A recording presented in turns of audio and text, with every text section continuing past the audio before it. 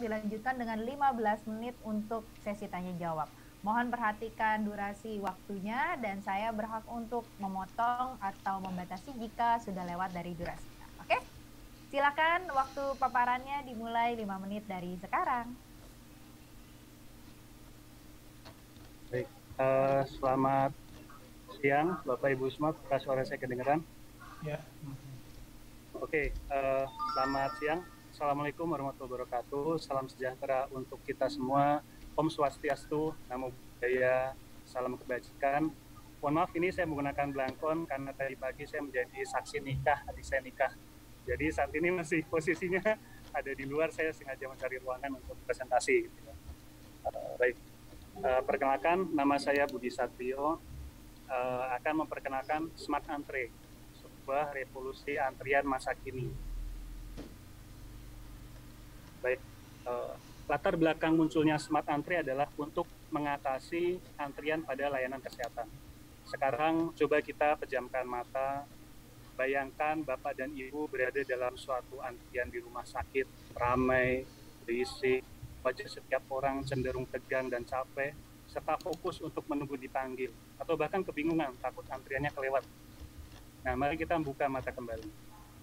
Seperti yang kita tahu sebelum adanya sistem online, antrian merupakan momok pada semua penyedia layanan kesehatan. Antrian ini mempengaruhi kualitas layanan dan kesehatan pasien. Apalagi di masa pandemi ini semakin banyak orang berkerumun karena antrian, maka tingkat penyebaran virus semakin tinggi. Berdasarkan penelitian di Malaysia, waktu yang dihabiskan untuk mengantri antara 2-5 jam. Hal ini terjadi karena setiap layanan ada antriannya sendiri, mulai dari ngambil nomor, ketemu suster, ketemu dokter, sampai menebus obat atau ke kasir. Nah, pertanyaan yang muncul, bagaimana dengan pasien yang kurang fit? Apakah harus standby gitu, agar tidak terlewat antriannya? Gitu. Apakah harus membawa orang lain untuk berjaga-jaga menunggu antrian? Nah, karena itu muncul banyak solusi antrian online untuk memangkas antrian tersebut. Namun, apakah ini efektif? Nah, mari kita identifikasi masalahnya. Jika kita melihat gambar, maka proses seorang pasien untuk mendapatkan layanan kesehatan ini cukup panjang, mulai dari mengambil nomor, panggilan dokter, apotek, sampai nanti pembayaran. Antrian online berhasil memangkas waktu untuk mendapatkan layanan pertama. Tapi untuk mendapatkan antrian online ini, pasien harus menginstal apps. Pertama itu ya, apps. Setiap layanan, setiap lokasi, beda-beda apps-nya. Belum ditambah untuk mengoperasikan apps tersebut, dibutuhkan kemampuan IT yang cukup tinggi. Gitu. Kalau misalkan Bapak Ibu yang kurang jago IT mungkin agak susah. Serta smartphone-nya harus handal. Kalau smartphone yang murah ada kemungkinan akan lemot. Nah, ini mungkin seperti lambat, force close, dan sebagainya. Selain itu, begitu pasien sudah datang fisik, antrian fisik masih saja terjadi untuk meneruskan proses layanan kesehatannya seperti di apotek dan lain-lain. Di sisi lain, implementasi online membutuhkan biaya yang tidak murah, mulai dari perangkat, server, dan pemeliharaan. Nah, Smart Antre ini dibangun untuk mengatasi kesulitan tersebut. Smart Antre berjalan hanya dengan WhatsApp, di mana WA ini pasti salah satu apps yang hampir semua orang menginstalnya. Atau mungkin di antara Bapak Ibu ada yang tidak memakai WhatsApp, mungkin boleh tunjuk tangan. Nah, saya rasa sih kalau misalkan ada mungkin jumlahnya sedikit ya. Sehingga ini akan mengurangi effort pasien untuk pertama mengosongkan smartphone-nya untuk menginstal apps-apps antrian online. Kemudian yang kedua, Smart Antre akan memberitahu estimasi kapan pasien akan dilayani menggunakan AI, sehingga tidak harus terburu-buru datang ke lokasi dan nanti secara fisik lagi. Bisa jadi masih di rumah atau masih di jalan. Smart Antre juga memfasilitasi pemanggilan pasien secara online. Gitu. Ketiga, ini dibekali fitur untuk menjawab pertanyaan, karena kita berikan fitur-fitur dari Big Data dan AI untuk menjawab pertanyaan-pertanyaan dari pasien. Terakhir, biayanya murah. Karena apa? Hanya butuh PC laptop dan perangkat untuk menjalankan WhatsApp. Begitu, tidak harus mahal dan canggih. Nah, berikut adalah arsitektur dari Smart Antre. Ini dibangun di atas Python dan Selenium, serta menggunakan library NLTK untuk melatih jawaban pertanyaan. Jadi untuk memarsing pertanyaan, kemudian dilatih untuk dijawabnya seperti apa. Sehingga Smart Antre ini mempunyai AI untuk menjawab pertanyaan, kemudian bisa mengestimasi antrian, kemudian bisa menyimpan referensi informasi, aktivitas pasien, log setiap layanan untuk digunakan di sistem lain, dan juga interkoneksi dengan sistem lain yang sudah ada. Nah, ini adalah manfaat Smart Antre ya. Jadi manfaat langsungnya tidak perlu menginstal berbagai apps, dapat mengetahui estimasi, mendapatkan jawaban pertanyaan secara cepat. Nah, dan tidak langsungnya ini yang penting, mengurangi kerumunan dan mengurangi penyebaran COVID, memudahkan akses layanan dan mengurangi biaya pembangunan untuk sistem antrian online. Begitu untuk presentasi dari kami. Untuk demonya, kalau masih ada waktu, saya boleh pakai device yang satu lagi. Mohon maaf Masnya, waktu 5 menitnya sudah habis. Oke, siap. Oke. Kita lanjut ke sesi tanya jawab ya. Akan ada waktu 15 menit bersama Dewan Juri. Dan jika nanti waktunya masih ada sisa, Mas bisa memberikan final statement sebagai penutup presentasi pagi ini. Oke. Untuk Dewan Juri, siapa yang mau bertanya? Silakan raise your hand. Oke, Pak Ono, silakan. Kepencet. Pak Ono di unmute dulu, Pak Ono. Kepencet. Ya udah saya nanya deh. Kasihan deh gue. Kepencet. Ya udah, pertanyaan sederhana aja. Menurut Anda masalah antrian itu karena memang antrian atau karena harus data entry, misalnya harus ngisi KTP, ngisi kartu keluarga, surat keterangan kerja lah, NPWP lah, terus apakah ngecek BPJS masih berlaku apa enggak, ada utang enggak, yang mana yang bikin macet antrian itu yang mana gitu. Itu satu. Yang kedua, itu kan ada beberapa antrian tuh yang dilihat, ada antrian waktu ke dokter, antrian ke apotek, antrian segala macam, dan itu konsekuensi dari antrian-antrian itu adalah interaksi dengan sistem yang ada di dalam rumah sakit atau poliklinik ya. Bagaimana Smart Antri ini melakukan interaksi dengan database yang beroperasi di rumah sakit dan poliklinik tadi gitu. Karena BPJS dan rumah sakit kan beda makhluk gitu. Kira-kira 2 pertanyaan itu aja deh. Terima kasih. Silakan Mas Budi untuk dijawab pertanyaannya. Terima kasih Pak Ono, ini salah satu favorit saya juga dulu ini sering mengikuti Pak Ono ini. Iya, favorit saya cowok semua Mbak Titas yang suka sama saya. Ya. Izin menjawab Pak, jadi untuk antrian online ini memang kita fokuskan untuk antrian pada saat data-data setelah terisi. Jadi pada saat data itu sebelum terisi ini harusnya kan memang sudah diisi terlebih dahulu di rumah sakit. Nah jadi untuk mengurangi antrian setelah isi, karena yang saya perhatikan, saya sendiri mengalami, walaupun data sudah saya isi ketika saya mengajukan antrian online, kata saya masih deg-degan ini, saya harus datang misalkan di tulisannya di jam 10, apakah saya harus datang jam 10 pas atau setengah 10 atau jam 10 lebih gitu. Karena prakteknya ketika saya datang jam setengah 10, ternyata saya baru masuk jam 11. Nah itu yang coba kita hindari. Makanya dengan ini kita coba melakukan estimasi untuk kira-kira berapa lama antriannya dapat. Gitu, Oke. Siap. Kemudian yang kedua itu terkait ini ya, interkoneksi antar data. Jadi untuk Smart Antri ini kita bangun dengan Python, dan ini memang kita mencoba membuka interkoneksi. Jadi di mana di sini kita contohkan, ini kalau ada demo mungkin bisa saya tunjukkan ya, di mana di situ kita bisa mengakses database lain atau mengakses API lain, di mana untuk menerjemahkan antara perintah yang kita isikan ke dalam WhatsApp yang akan diterima oleh Smart Antri, kemudian menjadi API untuk mengakses sistem lain, itu yang dilakukan oleh Smart Antri. Nah, di sini sebetulnya ada contohnya pada saat kita melakukan pemanggilan antrian. Nah, itu kita udah berhubungan dengan sistem lain. Jadi memang kita didesain untuk menjadi platform, bukan menjadi satu sistem sendiri, tapi memang untuk mengkoneksikan sistem-sistem lain yang ada di rumah sakit. Nah, ini pakai WhatsApp ya? Untuk ekosistem. Jadi, sorry, ini pakai WhatsApp ya? Ini pakai WhatsApp. Oh, oke. Iya, betul. Ya, siap. Oke, cukup. Memang, ya. Oke, udah Pak Ono? Cukup, terima kasih. Baik, lanjut ke Pak Hari, silakan pertanyaannya. Tadi nyenggol-nyenggol pakai AI untuk tahu antriannya. Maksudnya gimana itu AI untuk antriannya? Siap. Ya, makasih Pak. Masih pertanyaan. Jadi sebetulnya AI yang dimaksudnya adalah ketika kita di sistem Smart Antri itu kita akan tahu kapan pasiennya itu melakukan antrian, kapan dia dipanggil pas dia di dokter. Nah, di situ ada jangka waktu dari mulai dia start antrian sampai dia dipanggil oleh dokter. Nah, di situ kita coba formulasikan. Jadi kita mungkin paling gampangnya adalah melakukan rata-rata gitu ya, kalau paling gampang ya. Karena itu kita bisa membandingkan antara pasien 1, 2, 3, 4, 5, kemudian kita rata-rata. Tapi dengan AI ini kita bisa meneliti, kalau pasien ini ternyata sudah 2 kali datang, 3 kali datang, kita tahu behaviornya. Oh, ternyata pasien A ini memang ada jangka waktunya agak lebih lama dibanding pasien B. Nah, itu kita masukkan di situ. Jadi kalau di contoh Smart Antri ini untuk mendapatkan estimasi antrian, kita memasukkan data-data setiap pasien, kemudian yang pertama kita rata-rata plus kita bobot untuk masing-masing pasien yang beberapa kali mendatangi layanan tersebut. Nah, di sini adalah fungsinya dari AI tersebut. Selain itu yang pertama untuk estimasi antrian ya Pak. Kemudian yang kedua, AI-nya ini digunakan untuk menjawab pertanyaan. Nah, kalau ini sudah pasti kita akan memarsing kata-kata, kemudian kita membaca korpusnya, kemudian kita olah di situ, kemudian kita jawab sesuai dengan apa yang ditanyakan oleh pasien. Jadi ada dua AI penggunaan di Smart Antri. Oke. Dari Pak Haria mau ada tambahan pertanyaan? Cukup. Oke, lanjut kita ke Pak Tuhu. Silakan Pak. Pertanyaan saya ini menarik ya sebenarnya ya, menggunakan WhatsApp tadi ada analisisnya juga, jadi biar orang tuh nggak terjadi kerumunan juga nggak terlalu lama. Tapi masalahnya, karena saya juga baru tahu ya, jadi beritanya gara-gara Peduli Lindungi bahwa pengguna smartphone Indonesia itu baru 110 juta di antara 220-an lebih. Jadi ada separuhnya yang nanti kemungkinan berarti dia akan terasing dari sini.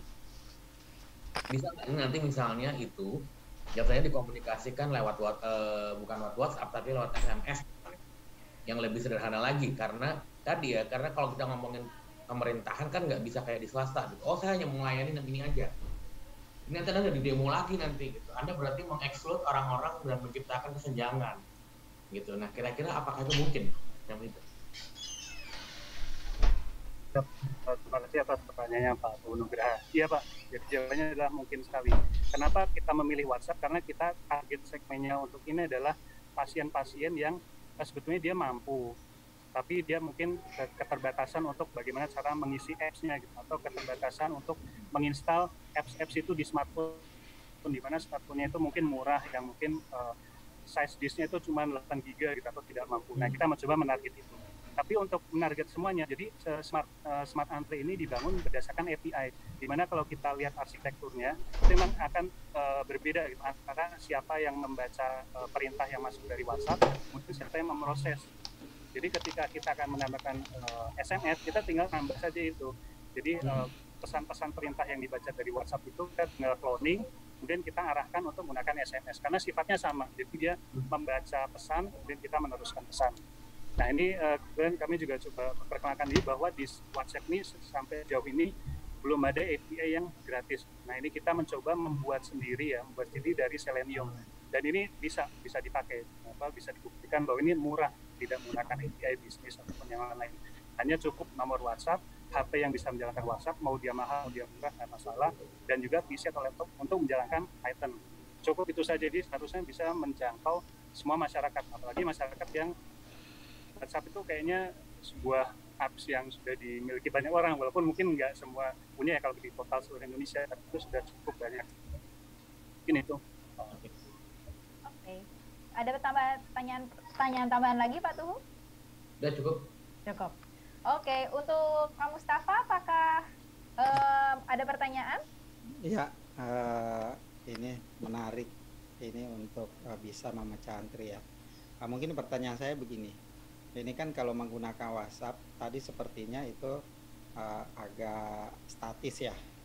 Nah, saya pernah melihat antrian ya, memang tadi kalau kita melihat presentasinya bahwa kelebihan karena menggunakan WhatsApp tidak harus menginstal aplikasi.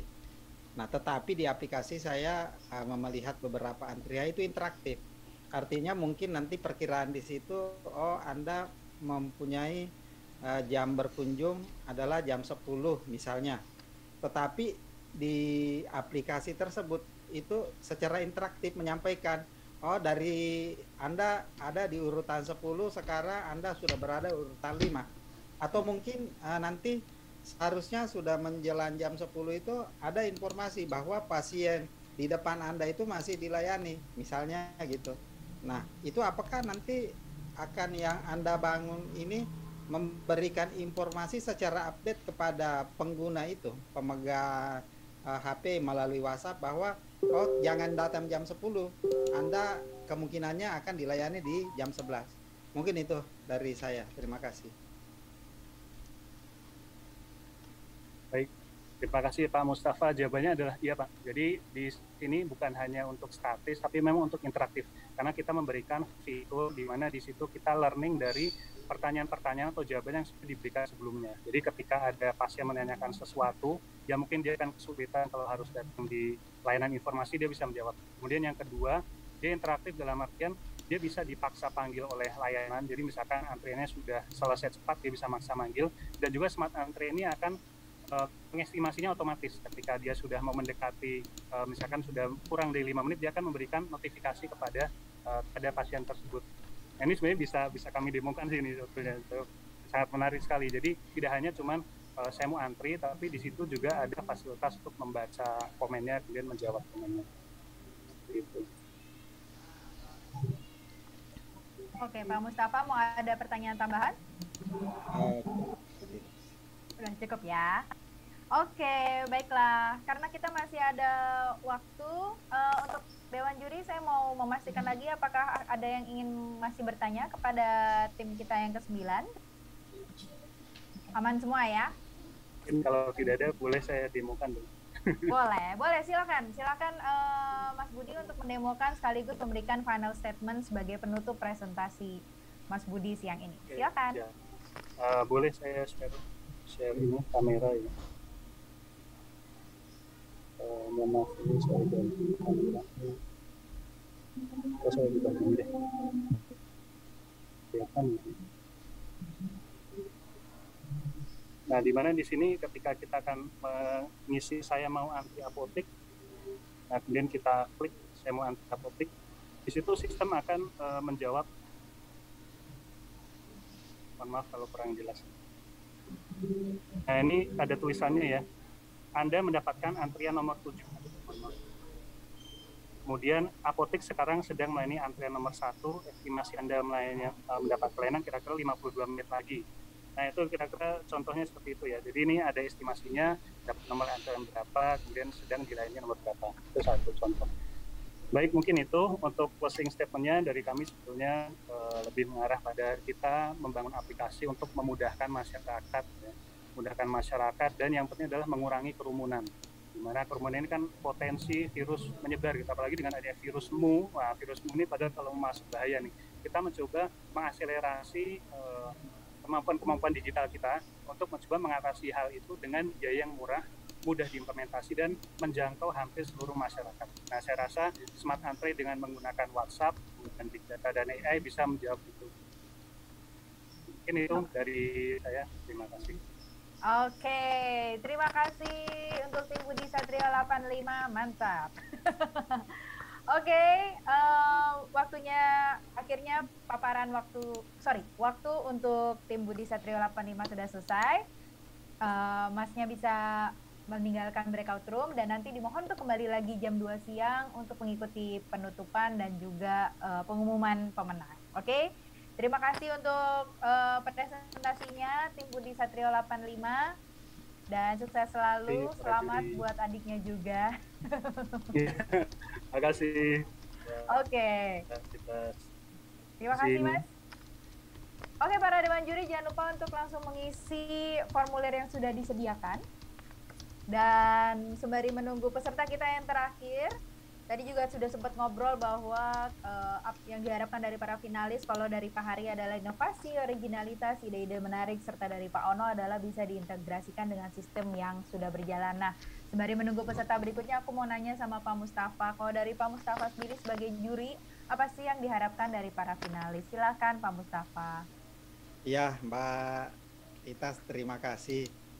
Sehubungan karena saya juri internal, tentu saya banyak tahu permasalahan-permasalahan. Tentunya selain inovasi yang kita harapkan, yang paling utama adalah bagaimana memberikan layanan terbaik kepada masyarakat. Mungkin tidak harus antri lama atau kemudahan mendapatkan pelayanan dan sebagainya. Jadi sebenarnya intinya bagaimana inovasi-inovasi ini kembali kepada peserta untuk mendapatkan layanan yang lebih baik dan lebih mudah. Mungkin itu dari saya. Terima kasih Pak Mustafa. Nah, terakhir nih dari juri kita, apa sih Pak Tuhu yang diharapkan dari para finalis?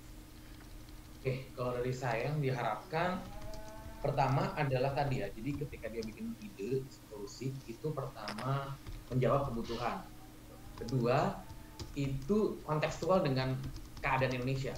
Karena begini, karena kadang-kadang bikin ide, ternyata itu dia nggak membayangkan bahwa orang lain itu nggak pakai smartphone, bahwa connecting semuanya nggak cepet, gitu ya. Atau dia nggak memahami culture Indonesia beda dengan misalnya di negara lain. Itu makanya saya selalu kejar gitu, dari mereka gimana nih, paham nggak? Ini nanti kalau masyarakat yang kayak begini gimana? Apalagi ini layanan negara, bukan kalau misalnya saya di profit oriented mah jelas gitu kan. Saya hanya mau melayani orang kaya gitu. Nggak akan ada yang ngurusin. Kalau kayak BPJS, oh ini nggak bisa, ini hanya untuk orang-orang kaya. Oh langsung bisa di demo se-Indonesia. Menciptakan kesenjangan dan segala macam. Nah ini yang harus kemudian dipahami. Karena seringkali apa yang kita gunakan tidak digunakan orang lain. Nah ini harus bisa menjawab itu. Makanya saya lebih ngejar ke situ. Kalau urusan teknis Pak Ono dan Pak Hari pasti lebih ngerti. Baik kalau begitu. Oke, terima kasih atas insight-nya dari para dewan juri mengenai apa aja yang diharapkan dari para finalis. Semoga finalis yang presentasi hari ini bisa memenuhi keinginan yang diharapkan oleh para dewan juri ya. Oke, berhubung semua nilai juga sudah masuk, kita akan lanjut ke peserta kita yang terakhir untuk penjurian final Internet of Things hari ini, yaitu ada R8 atau R8. Ini mau enaknya disebut R8 atau R8 nih Mas? R8 aja Mbak, dari R8 aja. Indonesia. Oh Indonesia, oke, baiklah. Oke, Bapak Ibu para audiens dan juga dewan juri yang terhormat.